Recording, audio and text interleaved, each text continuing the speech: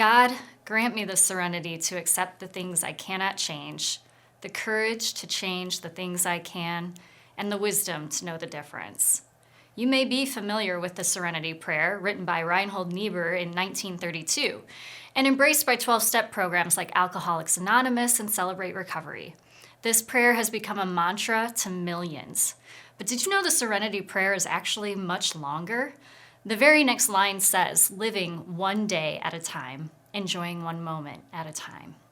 The prayer does go on, but I'm going to stop us right here because it ties so beautifully to today's reading. Matthew chapter 6, verse 11 reads, "Give us this day our daily bread." When the Israelites wandered in the desert for 40 years, God provided the miraculous manna without fail, and he instructed the Israelites to only gather up what they needed for the day in order to develop their dependence on him fully. They had to trust that he would provide what they needed to survive every day. So just like recovery, life must be taken one day at a time.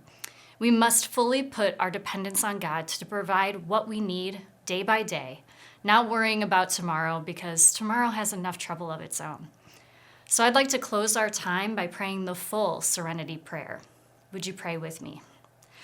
God, grant me the serenity to accept the things I cannot change, the courage to change the things I can, and the wisdom to know the difference.